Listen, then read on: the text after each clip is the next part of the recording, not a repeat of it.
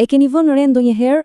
Shumica prej nesh, thellë, kemi një ndjesi, një bindje se gjërat do të na shkojnë mirë apo jo, se do jemi pak më të suksesshëm se mesatarja, se familjet tona do jenë pak më të lumtura. E po, kjo nuk është thjesht një ndjesi, është një tendencë thellësisht njerëzore. Dhe në fakt, ka edhe një emër për këtë, quhet paragjykimi i optimizmit. E pabesueshme apo jo, studimet tregojnë se ne, njerëzit, në mënyrë sistematike mbivlerësojmë mundësitë që të na ndodhin gjëra të mira dhe natyrisht nënvlerësojmë ato të këqijat. Dhe pikërisht këtu do të nisë edhe analiza jone thelluar, do të zhytemi bashkë në modelet mendore që në fund të ditës përcaktojnë suksesin. Okej, atëherë leti futemi temës. Do të fillojmë me filozofinë e parë, atë që me siguri e keni dëgjuar të gjithë, fuqia e mendimit pozitiv. E kjo ide u bë e famshme sidomos për një njeriu, emri të cilit praktikisht u bë sinonimi i saj. Po flasim për Norman Vincent Peale, autorin e atij librit legjendar Fuqia e mendimit pozitiv. Dhe ideja e tij ishte revolucionare për kohën. Ai thoshte se besimi nuk është thjesht diçka fetare, jo, është një mjet psikologjik jashtëzakonisht i fuqishëm. Mesazhi i tij, shumë i thjeshtë e fuqizues. Qëndrimet janë më të rëndësishme se faktet. Dhe pjesa më e bukur, duke ndryshuar mendimet, mund të ndryshohet vetë realiteti. Por kujdes, për Pealin, kjo nuk ishte thjesht një shpresë boshe, e tipit mendo pozitivisht e gjithçka do të rregullohet. As pak. Ai e quajti kontrolli i mendimit. Dhe ky është një proces sistematik i disiplinimit mendor. Ai besonte se mendimet janë gjëra reale. Ato kanë një fuqi dinamike për të krijuar rreth nesh një atmosferë që thjesht i tërheq rezultatet pozitive. Dhe nuk u ndal me kaq. Ai dha një set mjetesh shumë praktike, konkrete. Për shembull, zëvendësimi i mendimit. Çfarë do thotë kjo? Sa po të vjen një mendim negativ, bum, e kundërshton menjëherë me një mendim pozitiv.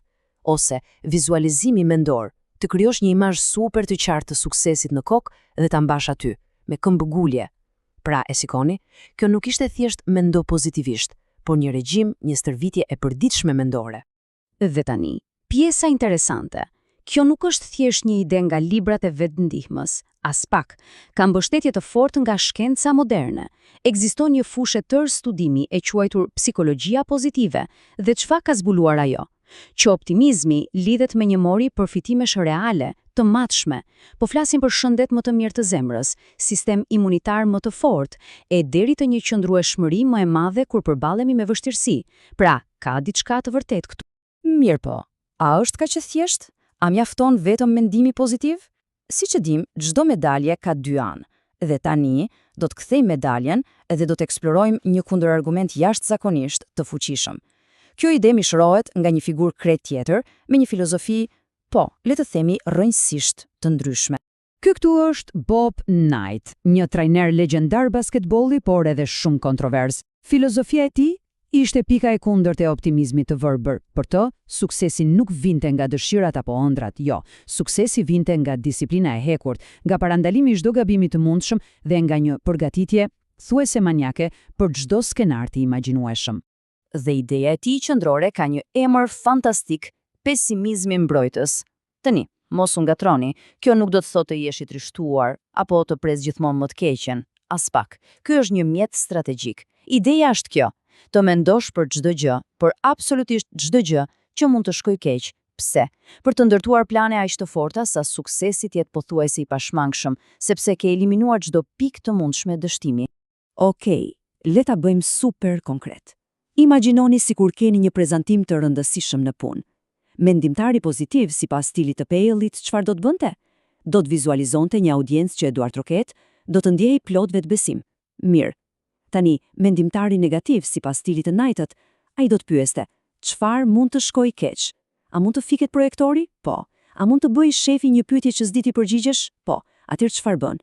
Merr një USB rezerv, përgatit përgjigjet për pyetjet më të vështira. E kuptoni ndryshimin? Njëri shpreson për sukses, tjetri e ndërton atë duke parandaluar dështimin. Dhe kjo mënyrë të menduarit ka mbështetje të madhe edhe në botën intelektuale. Një mendimtar si Nassim Nicholas Taleb, për shembull, paralajmëron vazhdimisht kundër asaj që ai e quan optimizëm naiv. Pse? Sepse ky optimizëm na bën të brishtë, na lë totalisht të pambrojtur ndaj atyre ngjarjeve të mëdha e të paparashikueshme që ai i quan mjellmat e zeza. Në thelb, përgatitja e stilit të Knightit është një mënyrë për të ndërtuar një mbrojtje kundër kaosit dhe rastësisë së botës. Pra, deri tani kemi dy filozofi shumë të fuqishme. Nga njëra anë, shpresa dhe vizioni. Nga tjetra, përgatitja dhe parandalimi. Por, siç ndodh gjithmonë, asnjëra prej tyre nuk është zgjidhja magjike. E vërteta është se të dyja, kur çohen në ekstrem, kanë anët e tyre shumë të errta. Shikoni këtu.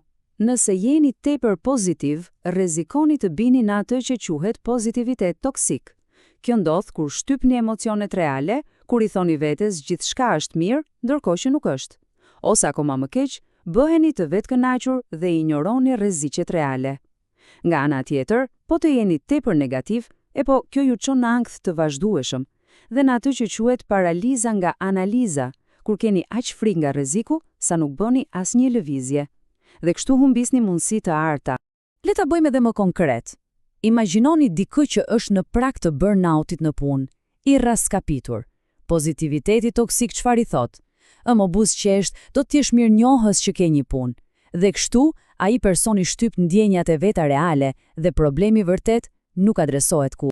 Dhe tani, shembulli i kundërt.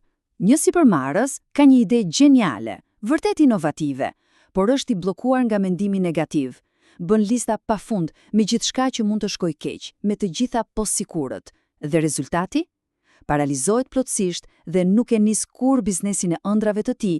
Kjo është pikërisht paraliza nga analiza. Atëherë, ku na lë kjo? Cila është rruga e duhur? Shpresa apo përgatitja? Mendimi pozitiv apo ai negativ? Siç ndodh pothuajse gjithmonë, e vërteta nuk qëndron në ekstreme, qëndron diku në mes. Rruga më e fuqishme, më efektive, është një sintezë, një kombinim i më të mirave nga të dyja botët. Ja ku është thelbi gjithçkaje. Çështja nuk është të zgjedhësh, ose shpresë ose përgatitje. Jo, çështja është të përdorësh shpresën për të fuqizuar përgatitjen. Vizioni pozitiv duhet jetë karburanti që vën në lëvizje makinën e përgatitjes rigoroze. Le ta shohim këtë në veprim. Shembulli, nisja e një biznesi online. Hapi i parë, vizioni. Këtu hyn mendimi pozitiv. Unë besoj me pasion se produkti im është unik dhe do të ketë sukses. Ky është motori, motivimi fillestar. Pastaj, hapi i dytë, plani. Këtu sërrasi mendimtari negativ.